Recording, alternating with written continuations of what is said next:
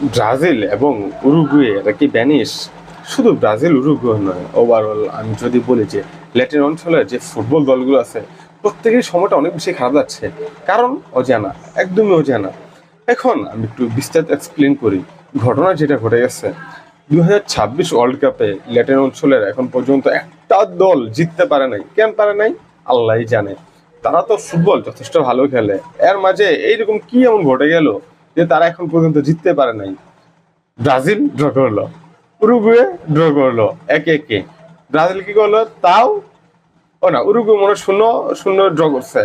আর Brazil এরকমই draw করে নিচ্ছে একে একে। আর ইকুয়েডর, আর ভাই তাদেরও কোনো গতি নেই, তারাও গেল ড্রয়ের মাধ্যমে। তারপর প্যারাগুয়ে আমেরিকার সাথে খাইলো 4 গোল, গইনা গইনা।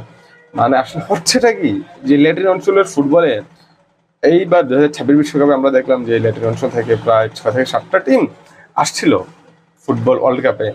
আর এর মধ্যে আমার মনে হয় এই ধারাটা যদি আর্জেন্টিনা ভাঙতে পারে তাহলে হয়তো এখন পর্যন্ত ল্যাটিন অঞ্চলের সর্বপ্রথম দল হবে যে আর্জেন্টিনাই, যারা জিতে গেল এরকম।